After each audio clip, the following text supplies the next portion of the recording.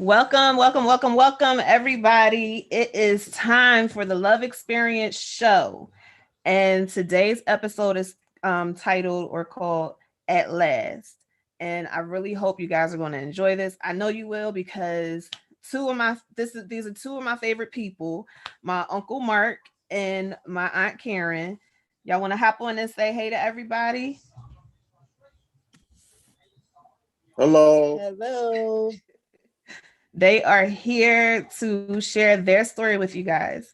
So you want to go ahead and take over with the introduction?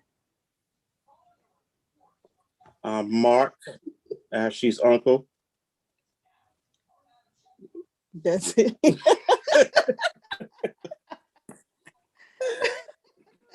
I'm Karen, his wife. All right. Ashes. Yeah. Modest today. So quiet. Y'all can act regular. All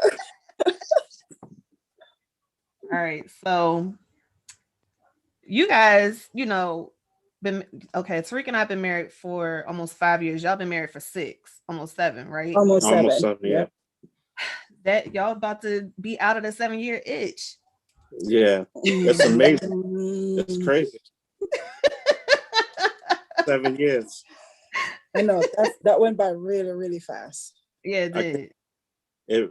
I just thought about it like earlier this year. I'm still thinking it's like 5 or 6. And I was like, wow, it's going to be 7 years already. Yep. That's what I said. Crazy. It's going to be 5 already. Mm-hmm. 3 more years will be the Big 10. Mm-hmm. Yep. So you guys, I'll say this, when you guys got married and got engaged, because we got engaged around the same time. You guys just got married, I think, like a year before us. But you guys, when I saw that, I was so happy. One, for my uncle, because can I say this? You were you found the right person. I'll say it like that. I was happy for you because of that. And from what I heard, because when you guys got married, I still didn't meet Aunt Karen, but from what I was hearing from everybody else, you were such a sweet person and the perfect person for my uncle. Oh. Yes. So, she definitely was. She definitely is, excuse me. But it's funny because I always tease her about because we worked together for a while. I don't know if I'm going ahead to what you want to go. No, but, go ahead. We worked together for a while, and I was good friends with another person that she worked with at the time. Mm-hmm. But she would always have this serious, it looked like mean look, like she don't want to be bothered. And I used to always walk past her, like, I ain't trying to say nothing to her. She might bite my head off or something. And that wasn't the case, though. I was in nursing school, and being a single mom at the time and being in nursing school full-time, working full-time, taking care of 2 kids by myself, I did not have time to make friends or, I was focused on my schoolwork. Right. So even at work, when he used to come by the desk, because he used to be by the desk every day at work, he would come by the desk and just lean up on the desk and chit-chatting with my best friend at the time. So we were casual friends, but he used to tease me. His other friends used to tease me, like, why are you always so serious? And I'm like, because I'm focused. Yeah, definitely. She just had that serious look that is kind of almost intimidating. That's why I probably didn't say that. So you know what? I've had people say that I have that same exact look. And it's like they used to tell me all the time, like, I really didn't want to come talk to you because you were going to bite my head off. That's how I felt. But over time, we'd have like different events with people at work, and then we would meet up and start talking to each other and getting to know each other more. And then it's funny because she ended up moving to Florida, and we went out to dinner, her best friend and another guy, and Naya at the time. We had went to Fridays, and she was moving to Florida, and we just talking back and forth, and she was in Florida. She kept in touch with me, and then over time we just got more and more close talking. And Oh, so you're not gonna tell about the part when you like before I went to Florida? what part is that? Mm-hmm. So the day we went to dinner, when I was saying my goodbyes, you know, I gave him a hug and he goes, "Oh, so you're just gonna leave me like that?" And I'm like, "What are you talking about?" He was like, "You're just gonna move away and leave me like that?" I'm like, "Well, we can still chit chat because we used to chit chat on Facebook, or you know, I didn't have his phone number at the time, but we used to chit chat on Facebook on Messenger." And I'm like, "Well, we could still talk on Facebook." He goes, "Well, not like that. You're just gonna leave me?" I'm like, "Well, I'm just a phone call away." Mm-hmm. Oh yeah. But you know, I guess he's shy or was shy. Because at the time, maybe he did like me, but I didn't know. I don't know. I don't know. What, were you shy? Were you nervous to say anything? I don't know, because I don't think it was about being shy. It was just I really didn't know what she was thinking or feeling at the time. So it was just like everything just naturally happened. It wasn't like, you know, I definitely got to, you know, pursue or push toward it. Just everything just seemed to like naturally happen. It just fell into place. Yeah. Okay, so tell me about how everything started to fall into place. Well, like I said, she moved to Florida. We were just chit chatting for a little while. Not nothing big. How you doing? What's going on? How's everything been? And then eventually, like she said, we was going back and forth on like Facebook and stuff like that. And then we exchanged numbers or whatever. And we started to talk more and more. And then, you know, as you know, time went on, we realized we really, you know, like each other. And we had a lot of, you know, things in common. And like I said, everything just meshed and like fell into place. And it was quick. It wasn't like, you know, sometimes you force something and then you have to like keep forcing at it for it to work. It didn't feel like that. It felt natural and easy and everything just flows right. It wasn't nothing. I didn't feel rushed or pushed or forced, even when we were just chit-chatting. And then we would over time, it went from, as it started to progress, then she would come up to Boston to visit me. And then like every once in a while, when she could get time off or whatever. And things just got more and more intense. And it was funny because I remember the first time when she came to Boston, back to Boston, and when I picked her up at the airport, and I still remember that first kiss. It was crazy. You know, I never forgot. Did she take the one out of you? It was like we had been. It's like we were actually together already before we were actually together, and it was like we hadn't seen each other in years. That's what it felt like. Okay. And it was like so passionate and crazy. Then it just took it even to another level.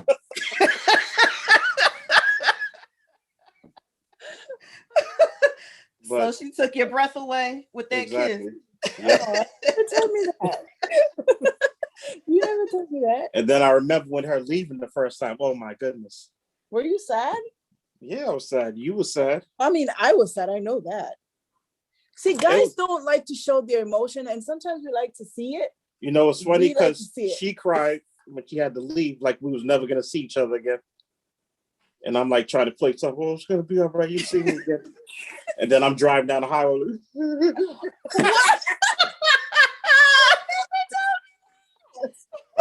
So you try to play tough or whatever, because you don't want to look weak or whatever.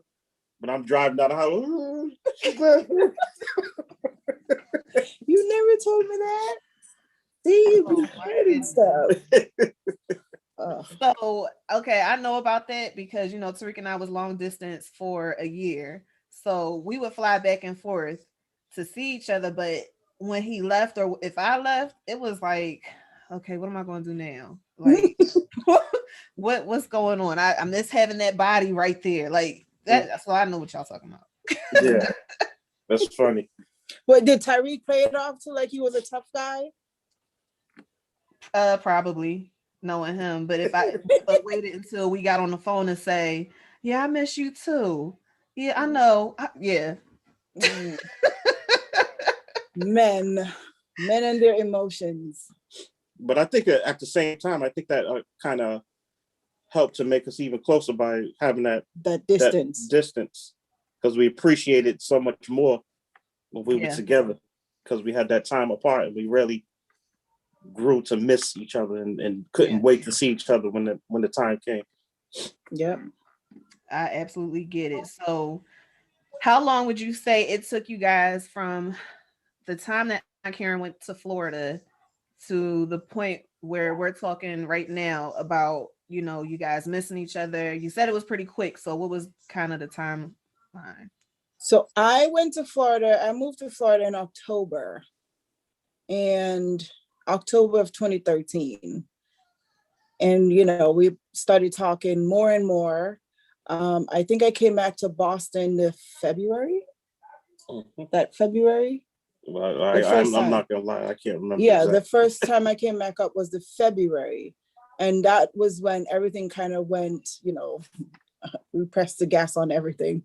Okay. Then, it was and quick. then yeah, then I think I came back up in March. I came back up in March when you told me. Oh yeah, for my birthday. Yep. Yep, and the engagement. Yeah. That I didn't know about. Mm-hmm. Yeah. Yep. So. Yeah, I got her good on that one. You did. So. Oh my gosh, that engagement, that whole weekend was just so stressful. So why? Can I tell you? Go ahead.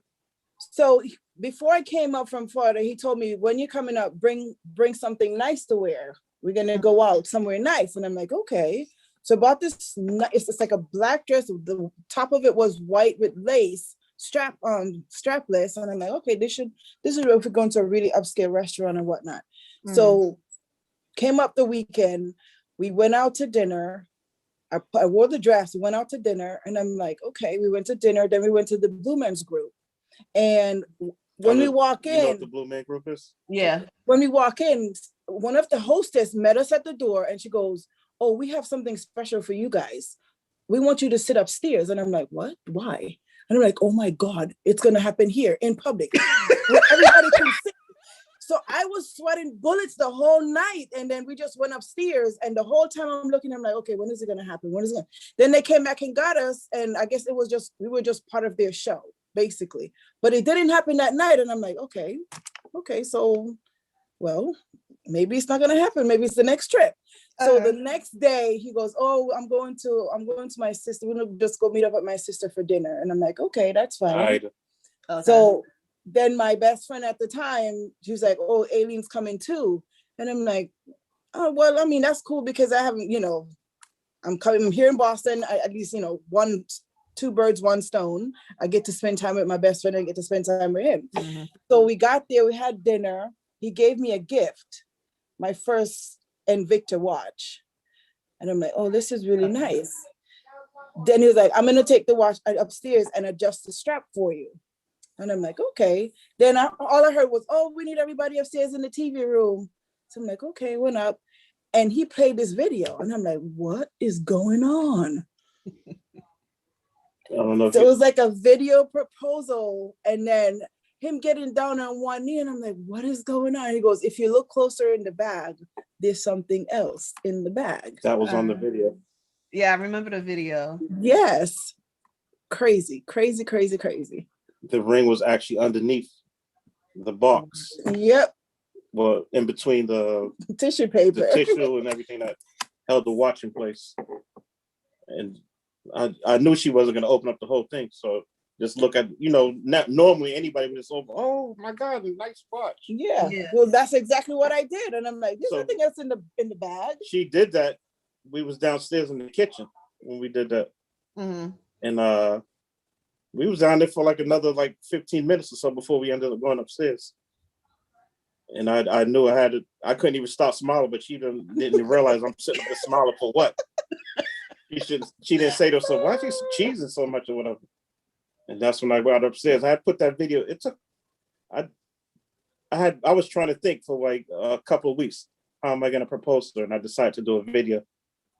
And that's when I put the explanation in there. I was like, as you see, I bought you a watch, blah, blah, blah, this, that, and the other. But if you look closely, there's something else in there. And then she opened it up, and I got on one knee, proposed, and Mrs. Walker's right here. Oh. Yes. So, all right, for those who are watching it, don't have that. That's not part of the family. Tell us, Aunt Karen, what your thoughts were as you were watching the video and as Uncle Mark was telling you to look closer in the bag. What were your thoughts? What were you feeling? Well, we had talked about getting married before, because I told him I don't date casually. So whenever I get into a relationship, there has to be a marriage on the table. I can't just be your girlfriend. Right. I don't want to be just a girlfriend. I should be good enough to be your wife. So we had went into lengthy conversations way before that. But because the day before I was expecting, the ring the day before, I actually completely put it out of my mind. So while I was watching the video, and I'm like, oh my God, this is it. It's happening. It's happening right now. My heart was about to jump out of my chest. Was literally about to jump out of my chest. And I'm like, oh my gosh, finally, someone who got it right. Finally. Yeah. Finally, somebody got it right. Someone who got it right, who got me, who got it right. Finally. So yeah, it was a surprise, and it was a really good surprise. It was. It made me cry when I saw the video because I was just so happy for you guys. Yeah. So, how did you know that you were ready to get married? Like I said, just talking to her and seeing that she was always like an independent person. I knew her. She was always strong, and when I got to talk to her over time and hear her, like relationships that she'd been through, similar to some of the stuff that I've been through, that we experienced, and the connection that we had, just going back and forth, and how everything was just clicking so well. And I was like, I've been in plenty of relationships, and there's been times when I thought I was in love, but I really wasn't. But with her, it was like I just knew. I can't even explain it really. It's just that a feeling that I'd never had before. And I was like, yeah, she's the one. And I was going to go all out to do what I had to do to make sure I made her Mrs. Walker. But like I said, it just over time. I know it was very fast. And me, I wasn't gonna just marry anybody. There was people that I thought about it, but I never was going to just marry anybody. When I was going to get married, I was like, it's definitely going to be a for sure thing, not no question, should I or do I? It was a definite thing. I just loved everything about her. And I just want to, like I said, make her Mrs. Walker. I really, really, really was sure about what I wanted. And she had everything that I liked within her. And I was like, yeah, she's definitely the one. So let me ask you this. When you first met her, did you know automatically then? No. Okay. Because like I said, a lot of guys say that they do. So yeah. No, when I first met her, like I said, I used to always see her, and I used to talk to her best friend at the time, and we was, always cool. But I never really, I would say hi and stuff like that, but I wouldn't like get into a conversation with her. And it was funny because I would be walking past her all the time for years. 7 years. I always knew I thought she was pretty and everything and all that. But like I said, she used to have that intimidating look, and I used to be like, nah, I'm not even going to waste my time. But for 7 years, he would walk past my desk for 7 years. It wasn't until she was getting ready to go to Florida when I had that first feeling like, oh wow, she's not as rough on the outside as I thought she was. She was, was really sweet, really, held a good conversation and all that stuff. And she was, a God-loving woman, and she always had God first. Her and her entire family, which is, big in our family, as you know. Mm-hmm. And that was big to me. And in prior relationships, one thing that I always cherish is my family, my immediate family, like you guys and my sisters and brothers and all that. In prior relationships, I used to have, problems with other women that I was in relationships with. They didn't like the fact, a couple of them, how close I was with my family, and they were like, that's something that I would not accept if I was going to marry somebody. And she wasn't nothing like that. She was a family person just like me. And I told her from the beginning, she already knew as far as how I was with my family. And she accepted that from the beginning. Yep. And that's like one of the biggest things for me. Mine too. Yeah. Because I've been in a relationship where family members was in desperate need of something and their own family wouldn't do it or wouldn't give it. And I'm like, that's your family. You're supposed to be there for your family no matter what. Right. No matter what. So when I found out that he was really family oriented, a lot of people, I'm family oriented, but do you really know what that means? Mm-hmm. Do you really know, when your family's in need, and not just when they're in need, you're supposed to reach out, check in, do what you can for your family. And a lot of people just say, oh, I'm family oriented, but they don't speak to their family members. They don't help out when they can, or, But when I found out that he was in tune with his family, I was like, yes, okay, good. Mm-hmm. I think that anybody that belongs, anybody that's in our family, that's probably a requirement because we're all so close. And we like to have a good time with each other. So I think that is a requirement probably for everybody who got married in our family. I know it was for me. And Tariq, they talk, his family, they talk whatever, but it's not quite the way we are. Like we talk all the time and we all, we just have a whole lot of fun. Not saying that they don't have fun, but you can kind of tell the difference a little bit. Yeah. So when he first got around us, he was kind of in awe because that wasn't something that he experienced. He was like all first of all y'all are loud. That's for sure. Oh my goodness, that's for sure. He was like, y'all sound like a whole house full of people, and it's only 5 of y'all, or something like that. So, but he can tell, like you can tell whenever anybody is around us that's not part of our family, you can tell the love that we have for each other. And I said all of that just to say that it's important to have somebody who meets those type of standards. Definitely. And guideline. Like just to bring up a example, I lived with somebody before that I was in a relationship with, and Ida can tell you there was one time we had a storm and they had lost power and they had no power for a few days and no hot water and stuff like that. And I invited them at that time when it was her and Nick, I believe. And Nick was going to school and stuff, and he needed to take a shower and stuff. And I was like, come over to my house, whatever. Take a shower, whatever. We got warm water because we had, lights and, all that stuff. So we told her to stay over there, whatever. And then when she was ready to go, she could go. And that turned into a big fight with me and that prior person because she didn't want nobody over there. And me and her had a big argument. And she said to me one time, I wouldn't even invite my mother over here. I'm looking at her, I was like, this is over. I'm like, there's no way I could say something like that. That's crazy. Yeah. So go ahead. No, that was just one experience I could talk about. Now you guys touched on it a little bit, but tell me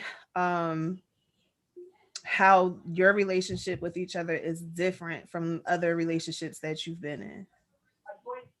Well, on my part, he's not abusive.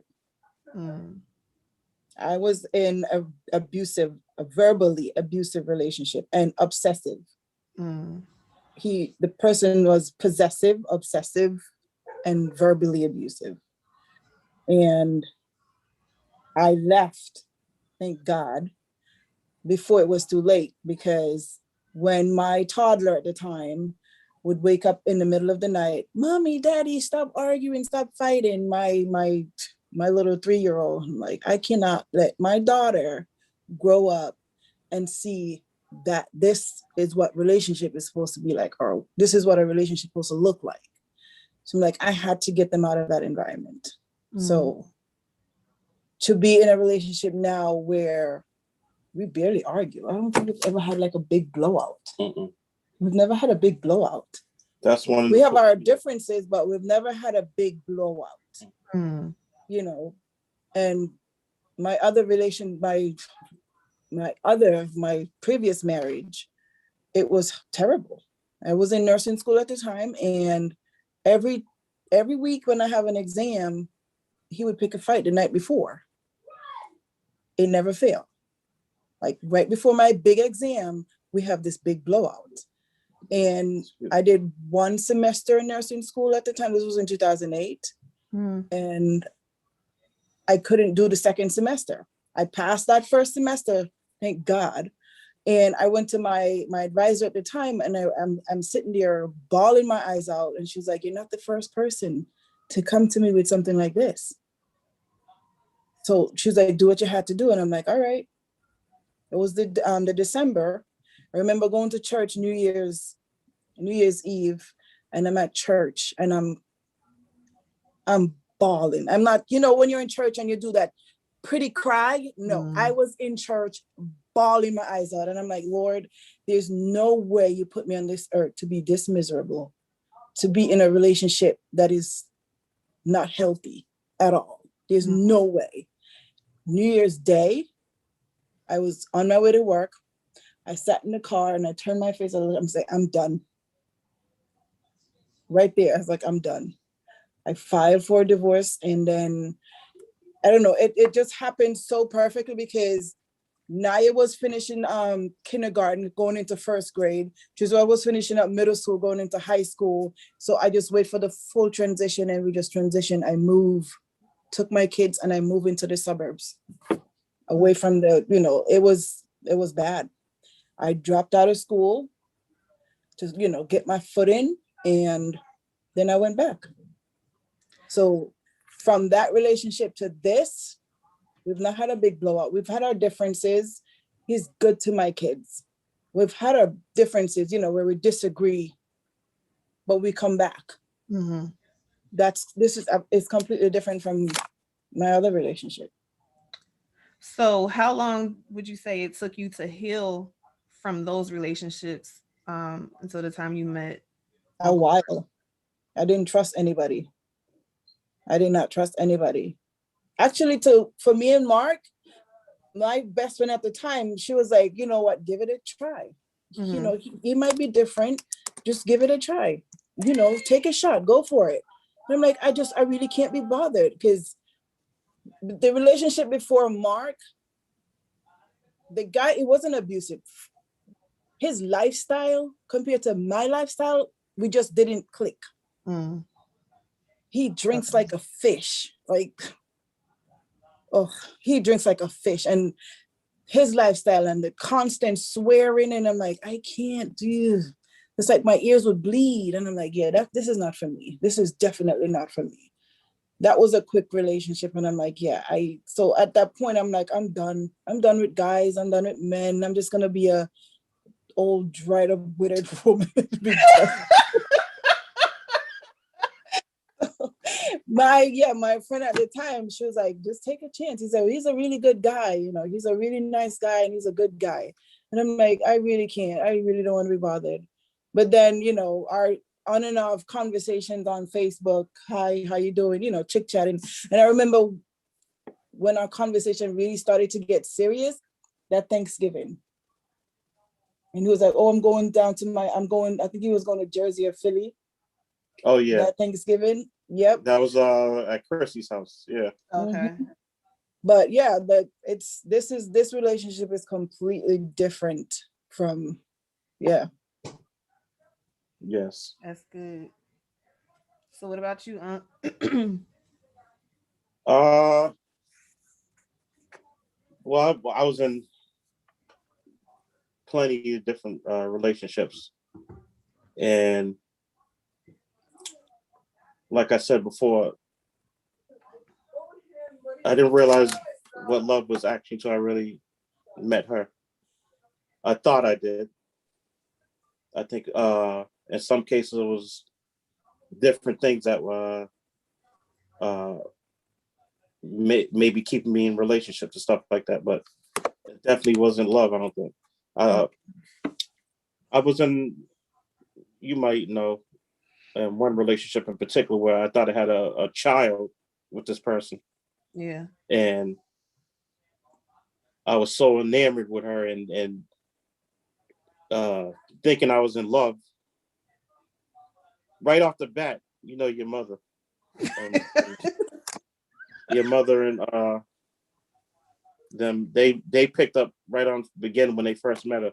Like, yeah, you might want to get a test or whatever, DNA test. DNA test, and I wasn't trying to hear it. I just want to be with her. I didn't care what anybody said, blah blah blah, this and the other. Um, no matter how many things she did wrong to me, like constant lies. It's almost like they always say like the women fall for that stuff. Men go through that too, and that's what happened with me. I was believing everything she was telling me. For years, I took care of this kid from a baby. Until about, I don't know what. Yeah, he was like He was big. 5, Right? 6. Yeah, Right? He was. I took care of him for years, and even when we first started, I introduced him to Karen. I was like, "This is my son," whatever. Oh, okay. And yeah, when we first started, and eventually, I can't meet her had to talk about it, and we was talking. I decided I should try to get a test, and when I tried to get the test, she wouldn't do the test. So that gave me the answer without pretty much right there that told me, that pretty much answered what I need to know. Because if he was mine for sure, you would have no problem with doing that. Yeah. But that relationship was probably like the worst relationship I've ever had. It affected everybody, from my sisters and, Ida, Colleen, they could not stand her. I don't think anybody could. I don't think anybody could. Yeah, nobody could. And even when we got married, I don't know if you know about the incident where she actually stole. Yeah, I know about She that. stole pictures and stuff from Karen's page and made a personal page with it. Talking about Marcus and Naya and Trezell and her. And of course she denied it, but when she was confronted by I call her my stepsister. She was confronted by her. But what yeah. Spider-Man has the blue foot. Okay, I remember all of that. How long were y'all together? Oh, it seemed like it was a long time. It was. I would say 2001 to about 2006 or 7, somewhere around there. Okay, that's crazy. Okay, what would you guys say to anybody who may have been maybe in an abusive relationship, or a guy, Uncle Mark, who is in a situation where they don't like, not they don't like, but the girl is just controlling and manipulative and lying. That's abuse. Still abuse, exactly. Yeah, that's still abuse. And a lot of guys don't fess up when they're being abused by women because they feel like, I'm the guy, I'm supposed to be the strong backbone and I'm supposed to be tough and stuff, but men get abused too. Yeah, that pretty much was me, even though I don't call it abuse. It is abuse. But that's pretty much what it was with me, because she was manipulating me against my own family. She would tell me stuff that I remember snapping on Ida one time when she said Ida did something. I can't remember exactly what it was. And I called Ida and I went crazy. And I remember Ida was crying and I did talk to her for a little bit. And I was, she would do stuff like that. That would make me, question everything. Yeah, question everything. And it was like she was trying to keep me, almost like separate me. Isolate, separate me. Part of the move. Isolation. Exactly. That's abuse. So anybody that I was close with, she would try to do stuff to make me think. And I would, at the time, because I was so out of it, and then with her, I would fall for it, unfortunately. And that happens to men, like y'all said, more often than we realize. Or they're willing to admit. Or willing to admit, I guess. Mm-hmm. Well, let me say two things. One, I seen it at least twice in therapy. When we were still going into the office, it was two guys, and they still tried to put that strong I'm a guy armor on, but listening to the story, it's like, how are you taking this? Mm-hmm. How are you taking it? It's okay if you want to break down and cry right now. Like, I'm not going to judge you. Mm-hmm. So I definitely, I've seen it, and the manipulation that goes on behind it with women abusing men is ridiculous. Mm-hmm. The other thing is, I want to ask you, so how long did it take you to get over that relationship? Did you had a relationship after that? Yes. When did I go into? I would say maybe a year or two after I got into another relationship. But she was still trying to get me back at that time, but I had moved on. And my family appreciated it. Yeah, we did. But yeah, it was a couple of years. I was dating, but I wasn't like in no serious relationship for like another 2 years, I would say, after that relationship. So did that relationship affect the future relationships that you got into? Like Aunt Karen said, she didn't trust anybody. How were you? No, it wasn't. There was no problem with trust. My thing was it just made me even more closer with my family, and that's where I come in when I was talking about, that's so important to me. Mm-hmm. It was because that was one of the things that pushed me to that point. Like, I don't want to be ever not be there for my family. I know, like me and Karen's first, God and then Karen. Mm-hmm. But I would never put after that anybody before my family. So that relationship, the only thing that I was able to get over that stuff, the biggest thing that it did was made me even closer to my family. Because for a while, they'll tell you I didn't talk to none of them for a long time. I remember. For a good few, I'd say 6 months probably. I wasn't talking to them. Wow. Because of that. And that, like I said, that's what made me even more of a family person than I am right now. That was the biggest thing that came out of that relationship. I have no lingering effects or anything about trust or anything because of it. This is good, guys. Thank you for being so transparent. Mm-hmm. So now we're going to move to the happier side of things. So you guys got engaged, and now it's time to plan the wedding and, families to meet. So were you nervous about your families meeting and getting along with each other? I was nervous because I know he was very close with his family. So I'm like, if I don't get in good, then this is all for nothing. So I'm like, I have to be on my best behavior and everything. And then was it Nisi? Yeah. It was like, if you get past Nisi, then you're good. So I'm like, okay, all right. Yeah, but the first meeting, you know, I was like, all right, I planned my outfit, everything, you know, perfect. And actually, I was nervous, but then when we got there, we started talking, I felt like, okay, there's no need to be nervous. Mm-hmm. You know, it's like we just fell into a conversation, and the conversation was just flowing. I'm trying to remember when the first time was. When we went to Fox and Hound, and yeah, was that? What was that from? What was that? Was that my birthday? No, it was the first time I came up. I'm trying to remember what the event was. It wasn't an event. It was just meeting your family. Okay. Meeting your family. Yeah, because some of them, I think it was probably Colleen. For some reason, she thought I met Karen online. I remember that. Yeah.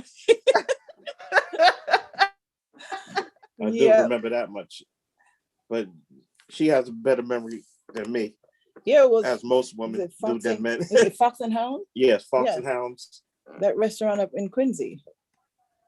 But it went fine. I didn't feel, you know, the initial butterflies, and you're like, oh my gosh, I'm meeting his family. Mm-hmm. But after I met them and we started talking, the conversation just flowed, and I was like, okay, all right. Yeah, she hit it off good with them. Me, I wasn't nervous about anything. No. I felt, like I said, because after, you know, meeting her family and knowing that, you know, like I said, there was a family of God, I knew that would be big with our family, because I know that's what's in my family. So I knew that we would probably hit it off pretty well and everything would go smooth. I never had any concerns at all when it came to that. Especially, what did my brother say to you? When you met nobody really. The only person that was Lenmore, and he asked me, was I gonna marry you? And that was it. He wasn't like interrogating me and nothing like that. He asked me, was I gonna marry you? I was like, definitely. And he was like, good, man, good. I can't say it like he said, you know, like Jamaican accent. Yeah, I had no nervousness, no concerns. I just, you know, I had already met them, of course, before you guys got to meet them. And like I said, they're a God-fearing family, and I knew that would hit well with our family.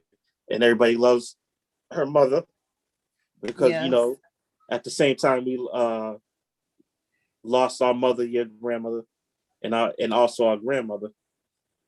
And what is it, your great grandmother? Yeah. Is it? Yeah, that's right. Yeah, Mama was my our grandmother, your great grandmother.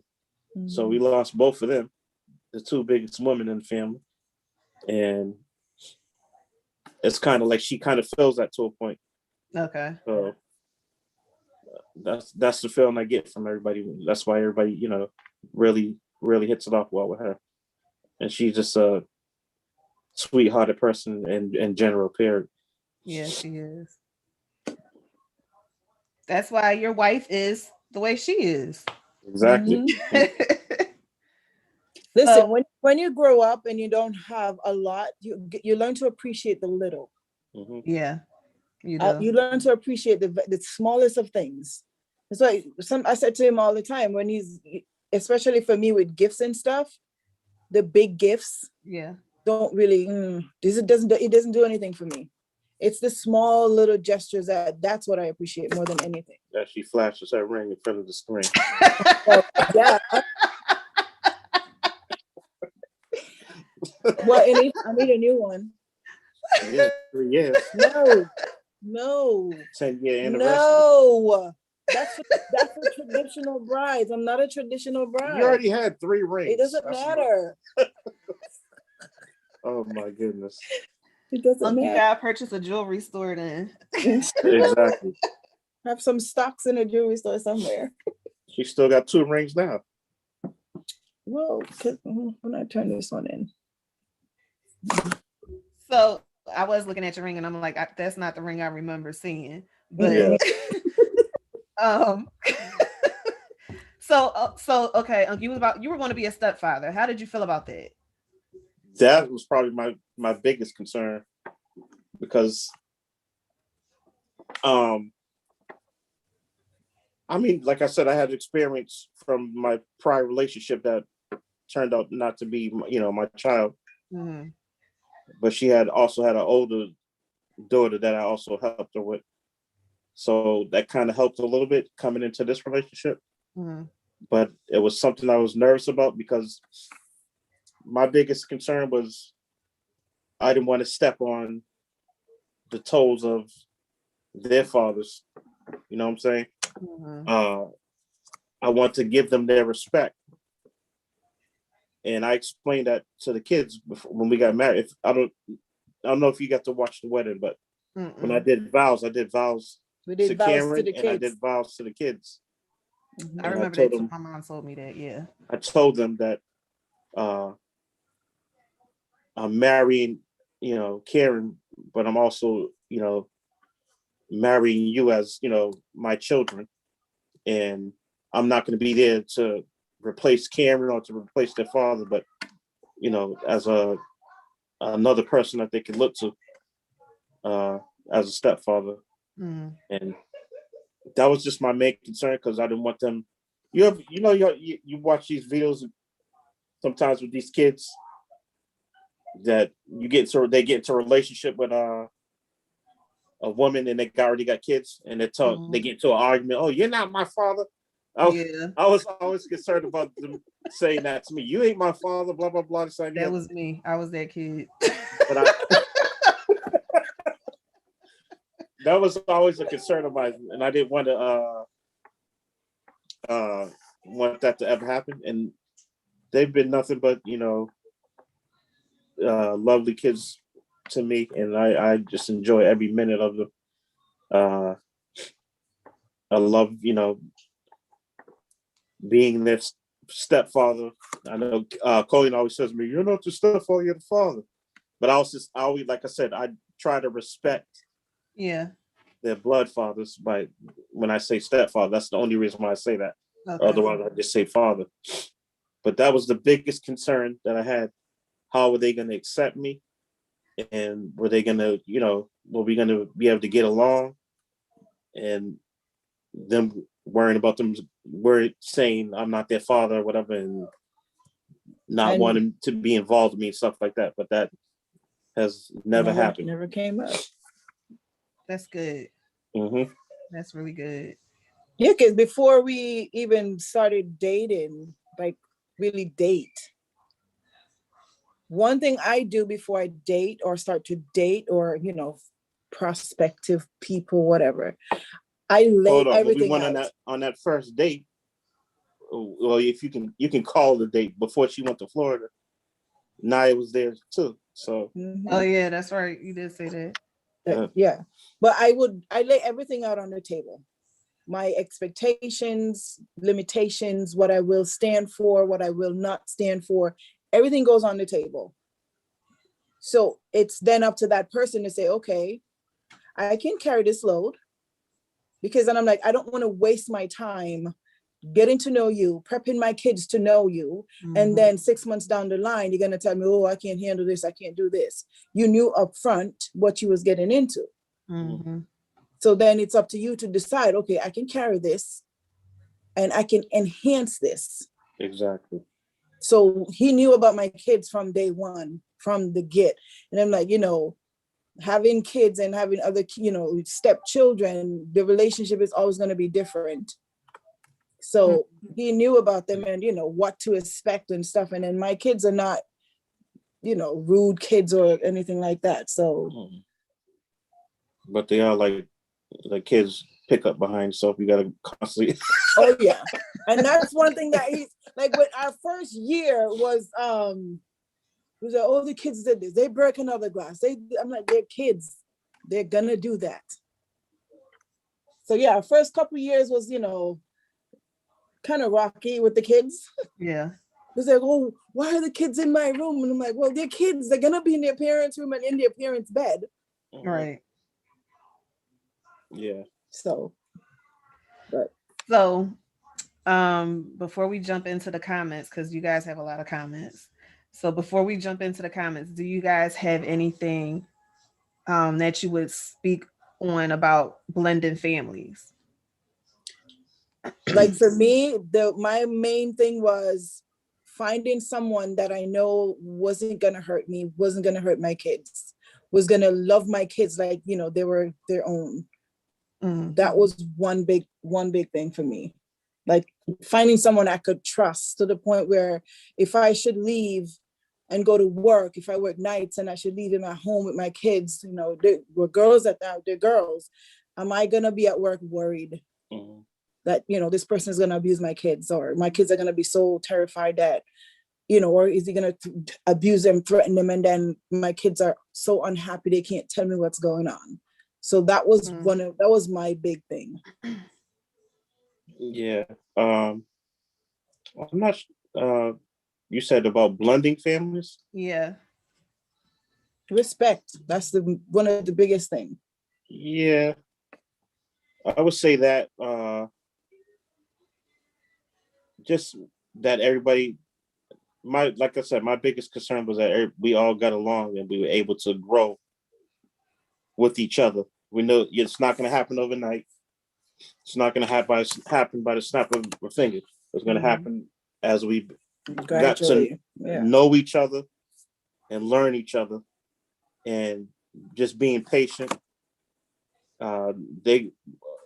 Me being patient with them, but they also got to be patient with me because they're trying to learn me too. So that's probably the biggest thing for me, as far as just having patience and really trying to learn each other as you grow together. That's good advice. I don't know. You guys are good guests, I guess, you know. So let's start from the beginning. We're on YouTube. Leslie said, "Hi, family," and she told me, "Don't tell you Uncle Mark to be yourself." Tariq said, "Oh, talking about the facial expressions." Tariq said, "The intense look." Oh yeah. I grew up with the intense look. You did? Yes. When we were kids, my mom was a reverend in church. She was like a minister. So when my mom's on the pulpit and we're in the audience sitting down, the only thing she would give us is that look. And you know, from that look, like, oh my gosh, I am dead tonight when I go home. So I grew up with that intense look. But he wasn't the first person to tell me that I look mean or why do I look so serious. They used to tell me that when I was in college, because I don't stay after, I don't hang out, I don't do study groups or anything. I had my thing, you know, I was so focused because in order to get me and my kids from the position we were in to the next level, I knew I had to finish school. So I didn't have time to hang out, to, you know, I was focused on my work. Even on the trains, I used to take the commuter rail, and that ride from where we lived was like 45 minutes. And the conductors got to the point where they know me so well, like I'll stick my ticket in the slot and they will come punch my ticket and just leave. They said, no, I'm reading, I'm studying, I'm doing, you know, I'm in my book. So don't disturb me. Don't try to have a conversation because and so that's what it was. I was just really focused. So that's where that intense look comes from. That's where that came from. So. Is it still that intense? No. Yeah, because I'm done with school now. It was funny because he had left from the hospital when we was working together. So what was it? You was just... I was in that batch that got laid off. Oh, okay, yeah, because you was going to school full time, right? But she had came back one day, and I just happened to be at the front door entrance. That's my security job. And she came, and she started talking. She was, oh, and then all of a sudden, oh, can I get a hug? I was like, oh, what's going on here? That's the first sign. I forgot. I wanted to mention it because that was like the first sign that maybe she might like me a little bit or something. Oh Lord. It's funny because I'm just thinking of stuff now that I didn't bring up that I forgot about.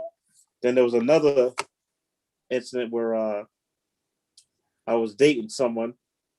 Oh, the night he almost got me beat up one night. But we wasn't really together. It was like a get together. Yep, a house party. And she at came his over. girlfriend's house. And I didn't know they were dating at the time. So I had to be at work at 7 a.m. So the party run late. And I'm like, I'm just going to crash on your couch and then just leave from here and go to work. So he's sitting down, and because I'm thinking that everybody in the house were just cool and we're all just friends. I had my head in his lap and he's like stroking my hair. And all this time his girlfriend is sitting on the couch across from us. And I'm like, why is she staring me down like this? I didn't find out until the next day that, they were dating. And I'm like, I could have been shanked. She wasn't technically my girlfriend anymore. You guys were dating. We had been dating, but it was not like that at that time. Yep. Oh, Lord. All right. So Tariq says about y'all first kiss, he said, Aunt Karen, you blew Uncle Mark's socks off. And he also says, so y'all didn't make it out of the parking lot. We did eventually. Linda said, so thankful that you left, Aunt Karen. I'm so glad you're our sister. Oh, thank you. About the person that we won't name that was your ex-girlfriend, Uncle David said nobody could. When we said nobody could stand her, he was like, yeah, nobody could. Oh, and Mommy said you was with her for too long. Wow. Let's see. Linda said abusers always try to isolate you from people who you love or who love you. That's their first move, because then they know that once they isolate you, they can do whatever they want. If you have people in your corner, you always have somebody you can go to. Right. And that person might be able to, deter you from that abusive relationship. So that's one of the, I guess, abusers' main thing is, if I can get you away from everybody, turn everybody against you, then I have you all to myself. Yep. Uncle Mark, Tariq asked you, what was the biggest adjustment you had to make from being single to being married? Living with a house full of that was the biggest adjustment. Like she said, I used to always complain, the kids this, the kids that, the kids this. Why are they in the room? Why are they, why are the dishes in the sink or whatever, because I lived by myself. And it was much easier to, keep things in order and stuff like that. And that was the biggest adjustment. Understanding that it wasn't just me anymore. It was me and my family. So that was the biggest thing. Uncle David said that's because you're a good father. I think he was talking about when we were talking about blending families. Let's see. On Facebook, Ida says she loves that she took part in the surprise engagement or surprise proposal. Uncle David was on Facebook too, and he said you guys are a perfect couple. And Ida said about the woman who will remain nameless, or the one that got mad because you let them stay over there at your apartment. She said, yeah, she's glad she's going. And she said, hey, didn't you say that Thanksgiving you were going to ask her to marry you? I guess at Thanksgiving we were at Chrissy's house. Really? You knew from then? We had already decided to get married before that. No. Because we were still having, we were still just talking casually. And, it was like, okay, where's this going? And his main thing was, let's just see how it plays out. When we were talking. No, I thought it was, because I remember when Leslie, I think it was Leslie, we was all talking about things that were happening. I thought we had already, what was that? We couldn't have. I can't remember. We couldn't have, because we were just casually, we wasn't even talking about dating. I don't think so. Yet. Uncle David said he thinks so. He said he thinks so? Yeah. I thought it was too. I swore that we had already decided. Maybe I'm wrong. I can't remember. I'm getting old. Admit that you knew. I don't remember either. I'm getting old. Just admit that you that. It's okay. It's okay. So do you guys have any closing remarks or anything you want to say real quick? Well, I know before we, really got serious, I prayed hard because I'm like, I don't want to go back. I don't want to get back in another abusive relationship or with someone who's so possessive that they call my phone 50 times for the day, or they call my job just to make sure I don't go to lunch with somebody. Mm. So, I was praying really hard on that, and then everything just fall into place. So for anybody getting into any relationships or anything, if you have to force it, let it go. It should happen naturally. If you have to force someone to, follow you down that path or to believe what you're saying, or then it's not gonna work. It's gonna be a forced relationship the entire lifespan of that relationship. So if you have to force it, let it go. So because she didn't like to be called 50 times a day, I only call her 25 times.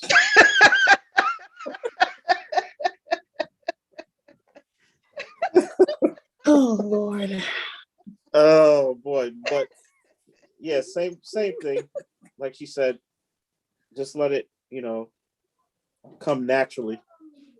Don't force nothing. Don't go into anything looking, don't go into it looking to, this is the person I'm going to try to marry or whatever. Let it happen naturally. Mm-hmm. Because if you force it, then that's probably not going to work. If you take your time, get to know each other. I know we hit it off pretty fast. But that's not the normal. No, it's not. Most people take a couple of years before they decide, to get married. There are instances like us, but that's not the normal. So whoever may be, getting involved in a relationship, just be patient. Don't rush anything. Don't force anything. Let everything happen natural, and take it from there. And hopefully, it'll end up like us, going on 7 years now. Some people doubted that. Yep. Oh yeah. But hey, God is good, right? Yes, he is. So y'all, if you pay attention, you heard some parallels between their story and mine. I told y'all my story before. You hear some parallels, okay? And me and my aunt was at the same place before we met our dream men, okay? So y'all listen to what she was saying and what my uncle was saying, and you'll hear some similarities between what I have told you for the last year, okay? So once again, make sure you like, share, and subscribe this episode, and invite somebody next week to come and watch. And let's see what else. I have 2 slots still open for March 4th and March 25th. Okay. So if you want to take part of the love experience, you need to go ahead and hit me up in the comments or send me a DM. However, I'm on all social media at It's Ashley JW. So you can find me anywhere. I'm everywhere in the streets. I'm just letting y'all know. Okay. You are not in the streets, girl. You are not a street girl. So I want to thank you, Uncle Mark and Aunt Karen. Thank you guys so much for participating and sharing your story with us. And I have one more thing to say, y'all. What is your love experience? Till we chat again, y'all.